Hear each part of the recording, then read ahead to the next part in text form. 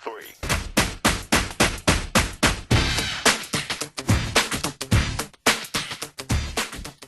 Hey everyone, welcome to the Idiomatic Top 3. With Nicholas, I am the gaming correspondent for Idiomatic. And I am Dimitri, editor-in-chief of Idiomatic and movie critic. All right. And what are we talking about today, Nick? Well, when you think about your favorite show or your favorite movie, you always think it's on DVD because everything has to be on DVD. But that's not always the case. Sometimes you're looking for something, you remember watching this and it's great, and you find it's like, this is not on DVD. What's wrong with the world? You know, come on, this has to be on DVD, but you can't find it. It's not there. No, I agree. It's funny, like, I didn't grow up with DVD, neither did you. Yeah. DVDs came out around in the 90s, and we were not adults, but we were pretty old, like, conscious of the world and the media. Yeah. And it's like, oh, I don't know if I really believe in this DVD thing. And now, 15 years later, it's like, I can't imagine something not already existing on DVD. Yeah, and it wasn't that way with VCR tapes, because I guess they were bulky or, not very common. So not everything was on VCR, but DVDs, it's insane. You think of something and you check, hey, it's on DVD. Yeah. But there are a few exceptions that aren't there. Yeah, absolutely. And that's what we're going to talk in an episode we are calling, I Can't Believe This Ain't on DVD. When I write the title on the episode thing, I might actually use proper grammar. I tend to do that. You're boring. I know, I don't take chances. All right, so we are each going to list our top 3 picks for things that we can't believe aren't on DVD. Let's start a countdown proper. Why don't you get us started? Well, my number 3 is The Soup. It's a show on A&E. It makes fun of other shows. Basically, the reason why people watch reality shows is to see the dumb things that happen, and basically The Soup just summarizes it all, and you get to see it in half an hour instead of spending, untold hours just watching all the reality crap. You just get the good stuff in half an hour, and it's pretty funny, and it's not available on DVD. I don't understand why. That's an interesting pick for me, because for me that's a little bit like The Daily Show, whereas like, why would you want that on DVD? Because it's so tied to current events. I mean, it's current entertainment events as opposed to current events in politics and news with The Daily Show, but it's one of those things like, if you rewatch it, which is the point of getting it on home video, are you going to really get the references anymore in a couple of years? That's how I got hooked. My friend showed me a couple of old episodes, and they were like maybe a year old, because that's what he had on his TiVo. And I still laughed. They were a year old. Maybe they were not 5 or 6 years old, but I still laughed. And the main thing is as well, I don't get A&E at home, so sometimes I can catch them at other people's houses, or other times I need to kind of wait and hope that I can find some clips on the web, posted legally, of course. So that's kind of annoying to me. So if they release the DVDs in a timely fashion, like after a year you get the DVD, I could watch it. It'd still be current, and that would satisfy me. It is funny enough to have replay value just in terms of the humor. I will say that. Yeah. It's a sort of funny that I wouldn't mind watching it again with a bunch of friends and laughing at the same joke, Yeah. And Joel McHale is really good in that. Indeed. He's the host. He's, for those who don't recognize the name, he is Jeff on Community. Yeah. Oh, wait a minute. Community has a rating of about 5 people. That didn't help anybody, did it? I know, they keep asking him, why aren't you quitting The Soup now? He had this show Community, because he wants to have job security. All right, my number 3 pick for things I can't believe are not on DVD yet. The Practice. Now, I know what you're going to say.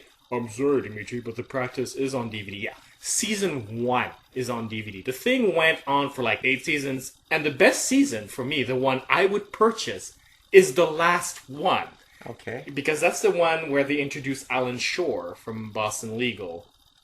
And Denny Crane as well is introduced in that season. Okay. It's a terrific season, and it's way better than the show Boston Legal, which is on DVD. Go figure. And because he's taken seriously as a character, it's not as bombastically like we're trying to be funny as Boston Legal. He's a very funny guy in a very serious universe, which makes him doubly funny, if you know what I mean. Because everybody at The Practice, they're like gruff and gritty characters, and you have this sort of lighthearted, sardonic guy who just like messes with everyone just for the sake of doing it. Okay. It's even funnier than when you have this crazy guy in a crazy universe. Because they react to him, Why do they only have season 1? Is it because it didn't sell well, and then they decided That's it. I'm guessing that that's what happened. Although I think the David Kelly production shows tend to be a little bit severe on their barometer for what constitutes a DVD success. Okay. Because they have a lot of DVD shows like Picket Fences, where there's only season 1 on DVD and they didn't continue because, sales are not high enough. But a lot of the time it's because people want to wait until you get more sets out Yeah. to go, oh yeah, I remember that show. Yeah, I want to get that. As opposed to like just this one lonely season 1, you're kind of like, it ends on a cliffhanger anyway. Do I really want to get that until I know I can get the other seasons? Yeah, or you want to buy the box sets of the whole thing, you know? Yeah. It's cheaper. It is cheaper, that's true. And I do find that there's an advantage of having the entire series on DVD, where it takes up the entire Best Buy shelf, like just your series. It's way easier to go like, oh right, Picket Fences.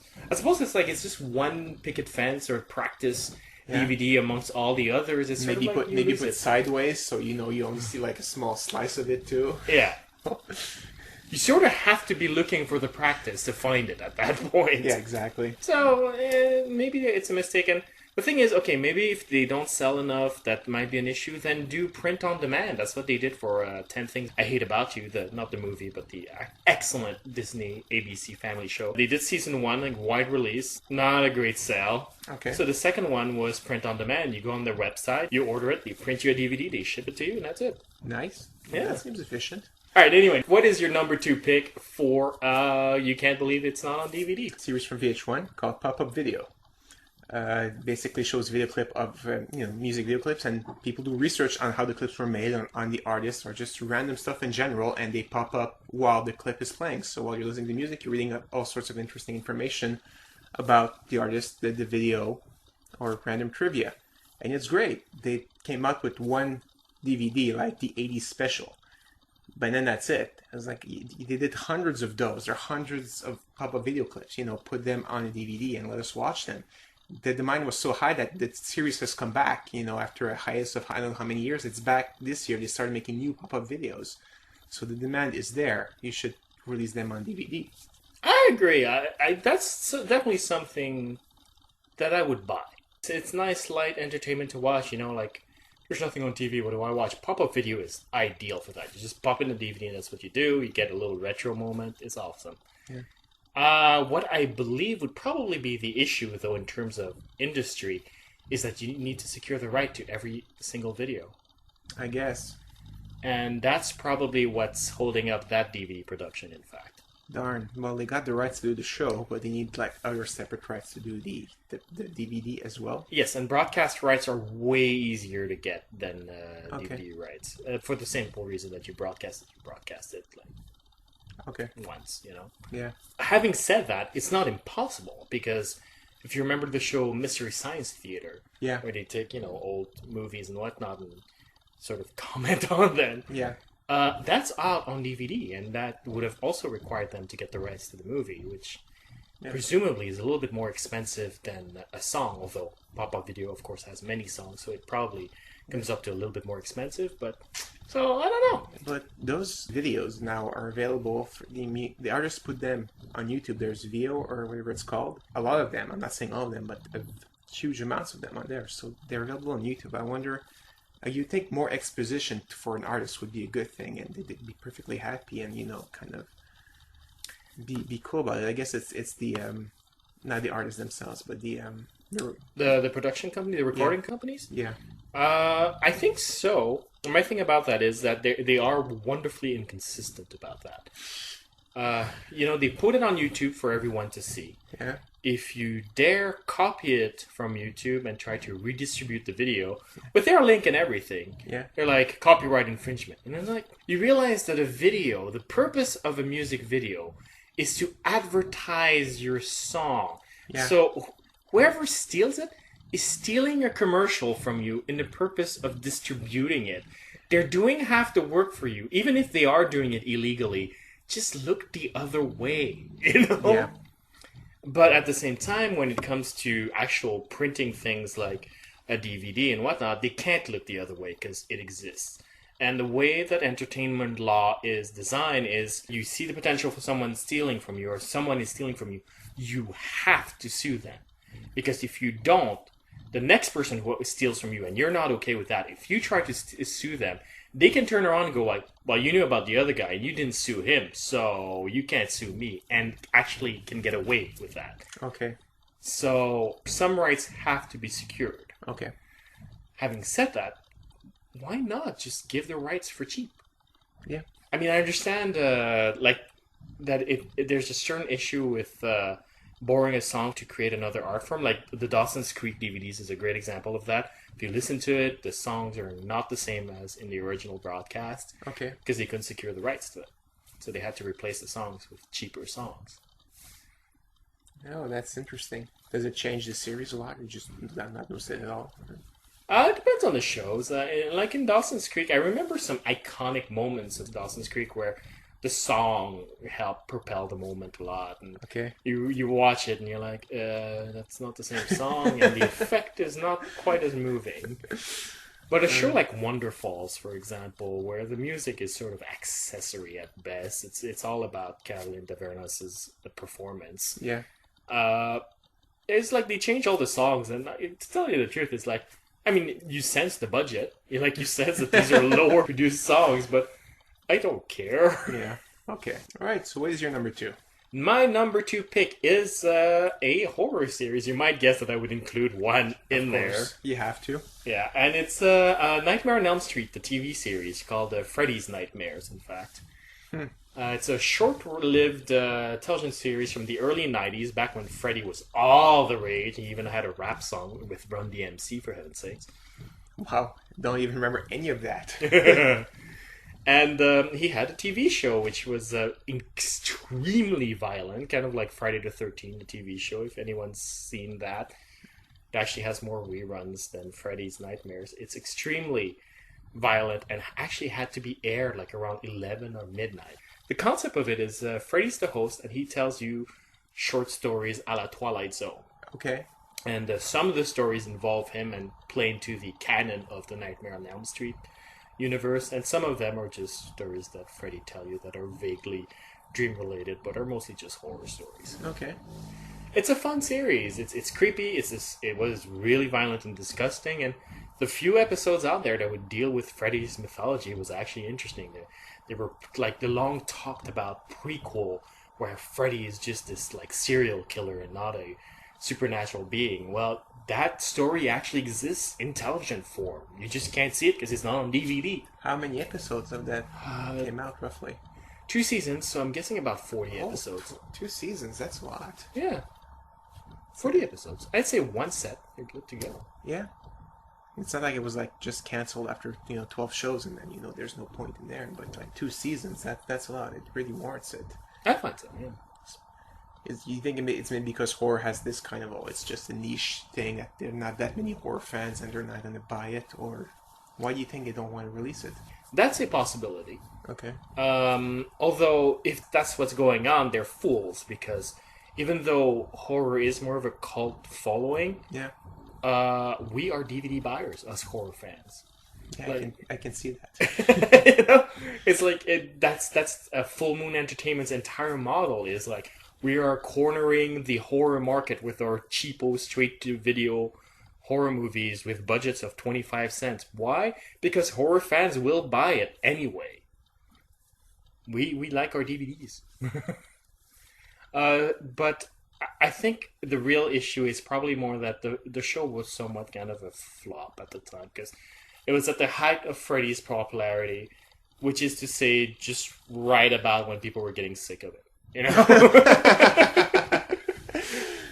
I see. And I think the TV show might have pushed it over the edge, to be perfectly blunt. But it's hard to measure the success of a show like that because it's playing at 11 p.m. at night. Yeah. You're not going to get much of an audience, and it's horror and it's fiction. I mean, like, even, those big talk shows like David Letterman and Jay Leno and all of that, their ratings don't compare to primetime ratings. They just don't. No. Like, that's why when Jay Leno moved to 10 o'clock, I was like, come on now. Yeah. All right, what is your number 1 pick for a show that you can't believe is not on DVD yet? It's a show from Discovery Channel. It's called It Takes a Thief. And it's basically two former robbers. They offer somebody a full security makeover if they're allowed to, make a pretend robbing of their place first. So one guy is basically in a van with the family showing them what's happening, while the other guy is just destroying everything and stealing stuff. And it's really fun to see. Well, fun. It's interesting to see how robbers work, how they can enter the house, and every different tactics they have. The first season was pretty straightforward. They were just doing houses, but the second season they really expanded. They did businesses. They robbed a police station. They said they were going to rob the house of a person later, but they did it when the person was still in the house without her knowing. Oh, that's awesome. The best part for me was when they were robbing the house and the guy came back in and it was like, oh man, he's in trouble. But the guy was just hiding behind the curtain. He kind of like a Looney Tunes cartoon. And the guy, he had bad eyes, so he didn't see it. And the daughter of the guy with bad eyes, she was freaking out. I can't believe this is happening. If this was a real robber, my father would be dead. And it was like really insane to see just how it can happen like that. And it's a really interesting show. It's just not on DVD, and I wonder why. Yeah, reality TV shows are easy to put on DVD for the same reason anything low budget is, really. And Discovery has most of them on DVD, like Dangerous Catch and stuff like that. They're all on DVD, so this would be great. Yeah. How many seasons did it get? It had 2 seasons. 2 seasons. It seems 2 seasons is not encouraging for DVD sales, is it? I know. There are shows that only had like half of one season that are on DVDs. Like one that you mentioned earlier that I love, like Wonder Falls. What was that? 6 episodes were on there? Four. Four on air. And it still got DVD release. So come on, 2 seasons. It can't be that bad. Yeah, I agree. I mean, granted, like, there's the short shows that get a DVD release. There's the stuff like Firefly and Waterfalls where the cult following was so intense. There was like, bring us Wonderfalls! Yeah. And let's not even begin to talk about Joss Whedon fans. Look, don't take this the wrong way, because I know a lot of you are Joss Whedon fans, listeners, but you guys are crazy. Yeah. You're crazy. Whedonites. Whedonites. Is that what they... I don't know. I'm trying to find a name for them. Whedonites or Weenies. I like Weenies. So 2 seasons, like, not intense enough. Yeah. So you get nothing. Exactly. It's because it went long enough for a large section of the fans going like, yeah, we got 2 seasons. Yeah, I guess so. So with that, what is your number 1? My number 1 did not run for only 2 seasons. It in fact ran for 9 so far, and it's still going. Okay. And it is a show that I absolutely adore. It's a reality show called So You Think You Can Dance. Okay. For those of you who don't know, it's essentially American Idol, but for dancers. And with less glam and the celebrity thing and more focus on the art of dance. Of course. Yeah. And I like the show for specifically that reason. It's a reality competition show, but most of all, it's sort of a celebration of all styles of dance, and the auditions are much more about like, hey, did you know that this style of dance existed? No? Check it out. He's pretty awesome. You look at it and go like, I can't believe people can do that with their bodies. It's amazing. Yeah. I like the audition part of the show. When they go into the competition and it's like the best dancing and like every dance is like you're trying to have sex with your partner on stage and it all looks the same. I'm not too fond of that really. But the audition part where you get to see all these different things, I really like. Yeah, no, it is the strongest part of the show. I agree. I have a less negative reaction to the competition part. Yeah. I don't get the sex thing. I mean, for some choreographies, you get the sex thing where you're like, yeah. But a lot of it, like for the ballroom things, obviously it's going to be very sex-oriented and whatnot, but I tend to forgive it because that's what Latin ballroom is supposed to be about. Okay. Tango is all about sexual passion and all of that. If that's what's conveyed, that's what the dance is about. But like the contemporary stuff, like I've seen a few episodes with you where you're looking at the contemporary stuff, it's like all they're doing is rubbing each other. God.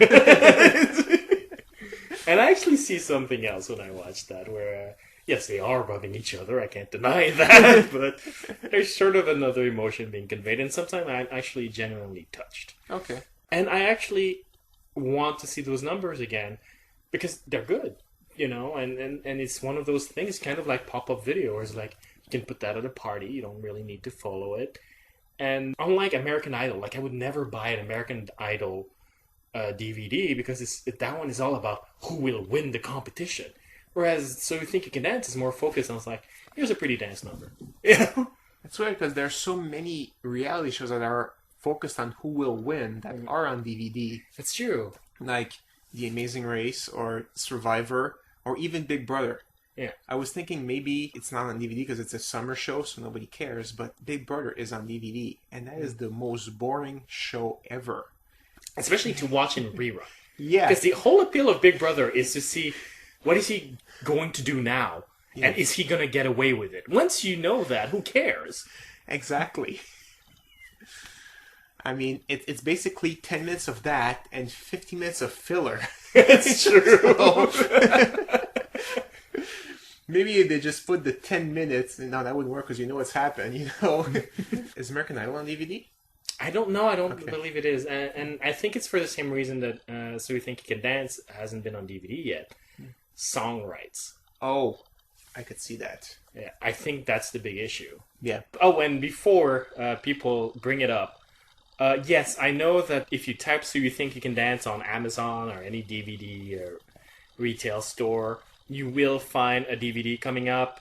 But that's an exercise video with some of the contestants. Yes. That's not really what I want.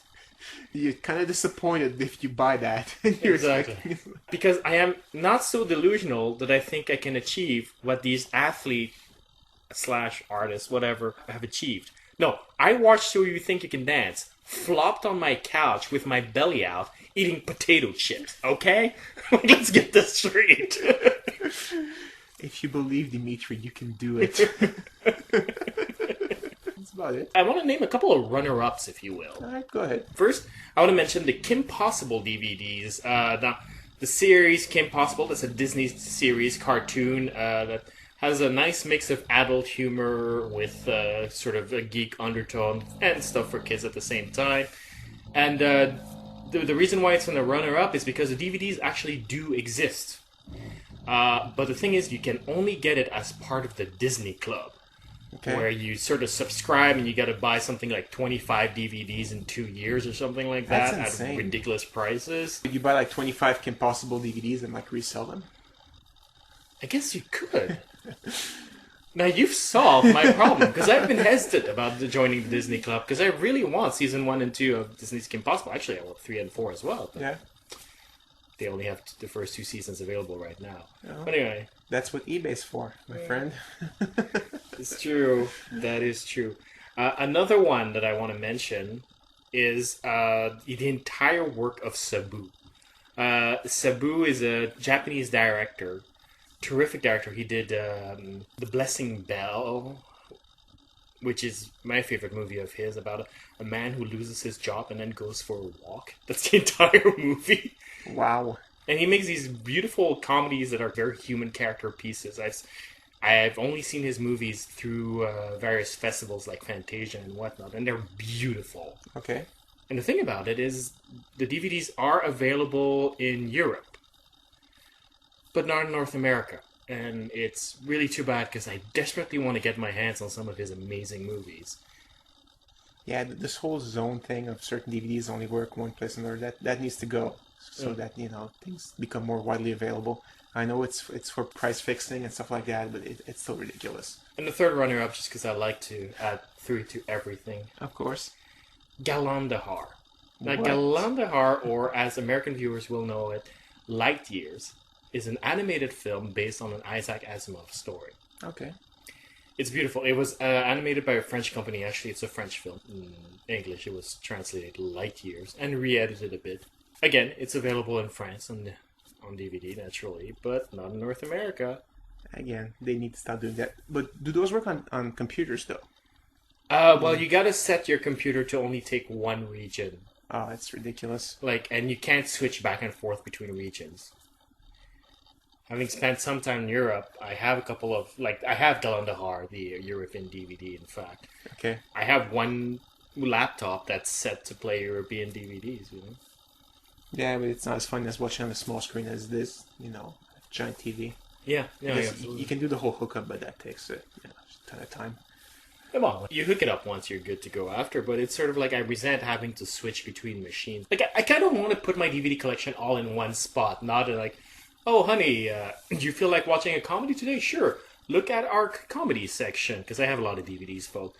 And then, are you done looking at the comedy section? Yeah. Look at our European comedy section. Like, no. You know? Your number 2 just made me think of another show that might not be on DVD that I used to watch because it was late at night. Mortal Kombat Annihilation. Oh, yeah. I'm not sure if it's on DVD or not, but it was very successful. It was just one season, and they didn't do a second one because it was too expensive to make. Not because people didn't watch it. It was expensive, yeah, but it was expensive for a syndication show. Because Mortal Kombat followed the model of Hercules and Xena, where they went like, we're not going to compete with the network shows. We're just going to make a cheapo adventure show that'll pass on Saturday afternoon or whatever. Yeah. Straight for syndication. Straight for syndication means that the affiliates, not the main networks, buy them. And they'll air it whenever they have a free time slot, you know, outside of prime time. I think it played here on Saturday at midnight. That's when I watched it. There you go. And it's mad money because it's each affiliate that buys it. It's not the network that pays for it to be broadcast amongst all of its affiliates. So yeah. Their margin for profit is smaller because they pay less, but there's a lot more people buying it. So it's a good business model, but you got to make your show for cheap. Yeah. So figuring that they must have made the show for cheap, I can't imagine it being particularly expensive in terms of music rights, imagery rights, or whatnot. Like, I guess they'd have to pay. Boone and Netherworld Productions, for the rights for Mortal Kombat, but like these guys are money whores. They're just gonna say yes right away. I mean, it's just extra publicity for the game. They'd be perfectly happy with that. I agree. Yeah. I just don't know if it's on DVD or not. After we're done with this podcast, I'm checking this out. Yeah. The Rumors Edge podcast. We do our homework after the recording. I didn't know you were going to be talking. Well, I should have known you were going to talk about So You Think You Can Dance, but it came out, from there. Talking about coming out, Adam Shankman. No, I'm coming.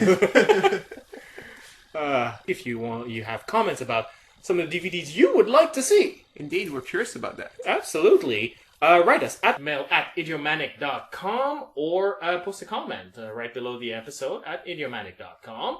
Yep. See you next week.